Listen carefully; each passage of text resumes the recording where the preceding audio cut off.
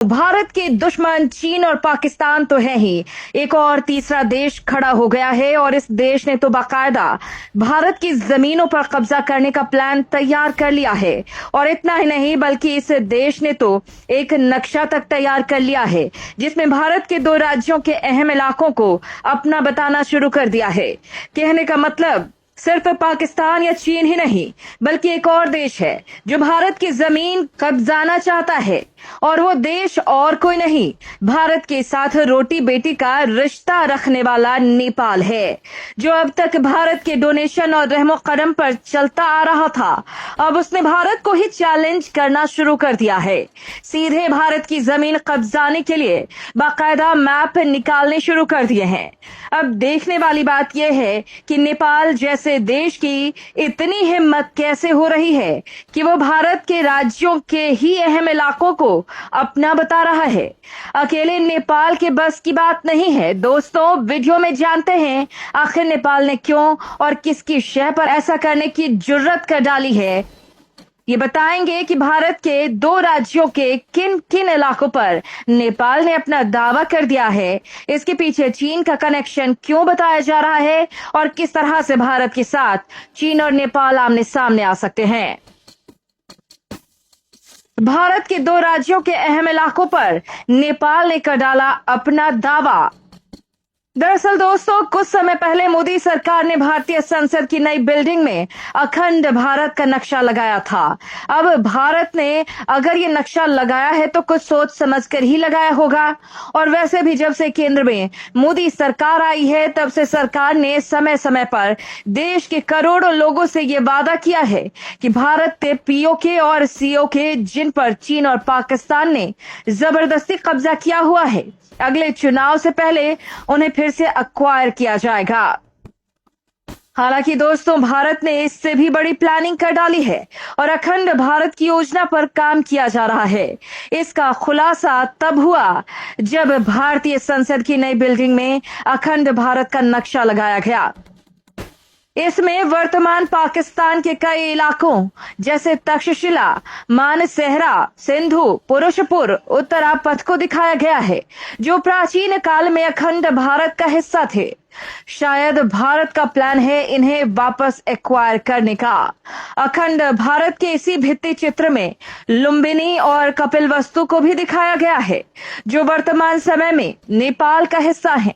इस भित्ति चित्र के सामने आने के बाद नेपाल के वामपंथी नेता बुरी तरह से भड़क गए हैं।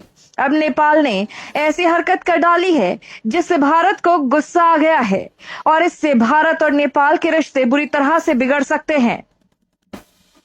दरअसल दोस्तों, भारतीय संसद की नई बिल्डिंग में अखंड भारत का नक्शा लगाए जाने पर भड़के नेपाल के विपक्षी दलों ने अब नापाक चाल चली है। काठमांडू के मेयर बालेंद्र शाह ने अखंड भारत के जवाब में अपने ऑफिस में नया ग्रेटर नेपाल का नक्शा लगाया है। इसमें यूपी और बिहार के कई इलाकों को नेपाल का हिस्सा दिखाया गया है।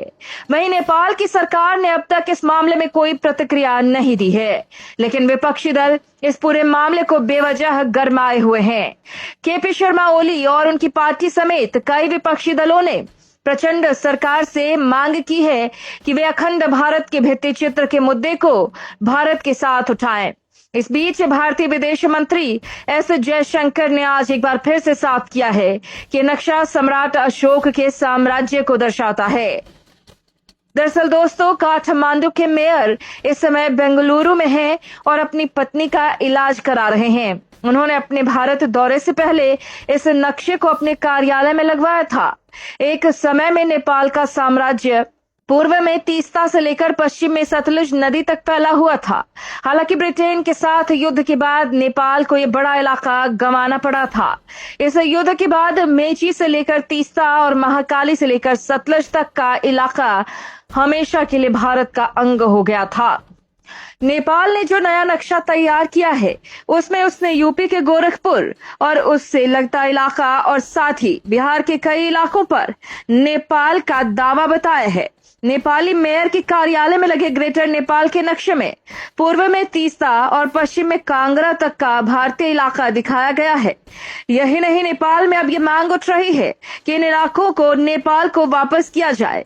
नेपाली कांग्रेस पार्टी के नेता गगन थापा ने कहा है कि यदि नेपाल नया नक्शा प्रकाशित करता है तो भारत को इस पर आपत्ति नहीं जतानी चाहिए। इसके बजाय भारत को इसे स्वीकार करना चाहिए।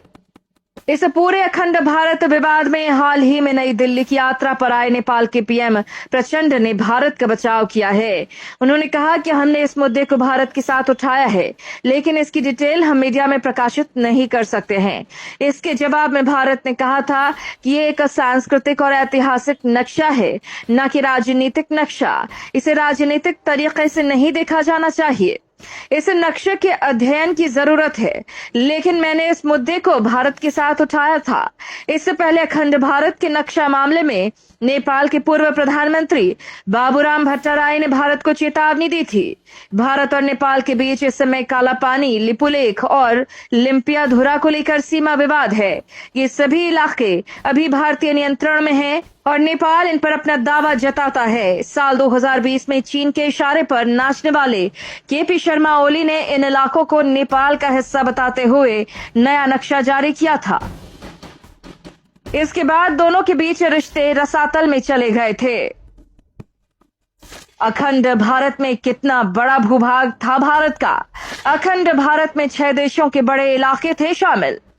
दोस्तों, अब आते हैं इस पॉइंट पर कि वास्तव में अखंड भारत में कितना बड़ा क्षेत्र शामिल था। अखंड भारत एक एकीकृत भारत की अवधारणा के लिए इस्तेमाल किया जाने वाला शब्द है। इसमें दावा किया जाता है कि वर्तमान अफगानिस्तान, बांग्लादेश, भूटान, मालदीव, म्यांमार, नेपाल, पाकिस्तान और श्रीलंका अखंड भारत का हिस्सा थे। राष्ट्रीय स्वयंसेवक संघ के एजेंडे में अखंड भारत हमेशा से ऊपर रहा है। आरएसएस के अखंड भारत में पाकिस्तान, बांग्लादेश, अफगानिस्तान, म्यांमार, श्रीलंका और तिब्बत शामिल हैं। संघ का मानना है कि ये क्षेत्र हिंदू सांस्कृतिक समानताओं के आधार पर बना एक राष्ट्र है। आरएसएस के अखंड भारत के विचार के जनक विनायक दामोदर सावरकर को माना जाता है। सावरकर ने 1937 में हिंदू महासभा की 19वीं वर्षगांठ पर अखंड भारत की अवधारणा को विस्तृत तरीके से बताया था।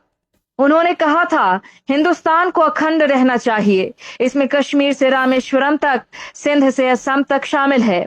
1949 में कोलकाता में आरएसएस के तत्कालीन सरसंघ चालक सदाशिव गोलवलकर ने भी इसी तरह का कुछ बयान दिया था। उन्होंने कहा था, पाकिस्तान एक अनिश्चित राष्ट्र है, ऐसे में उसे मिलाकर अखंड भारत बनाने का प्रयास करना चाहिए। खैर दोस्तों, इस पूरे प्रकरण पर आप क्या कहना चाहेंगे, कमेंट में लिखकर जरूर बताएं।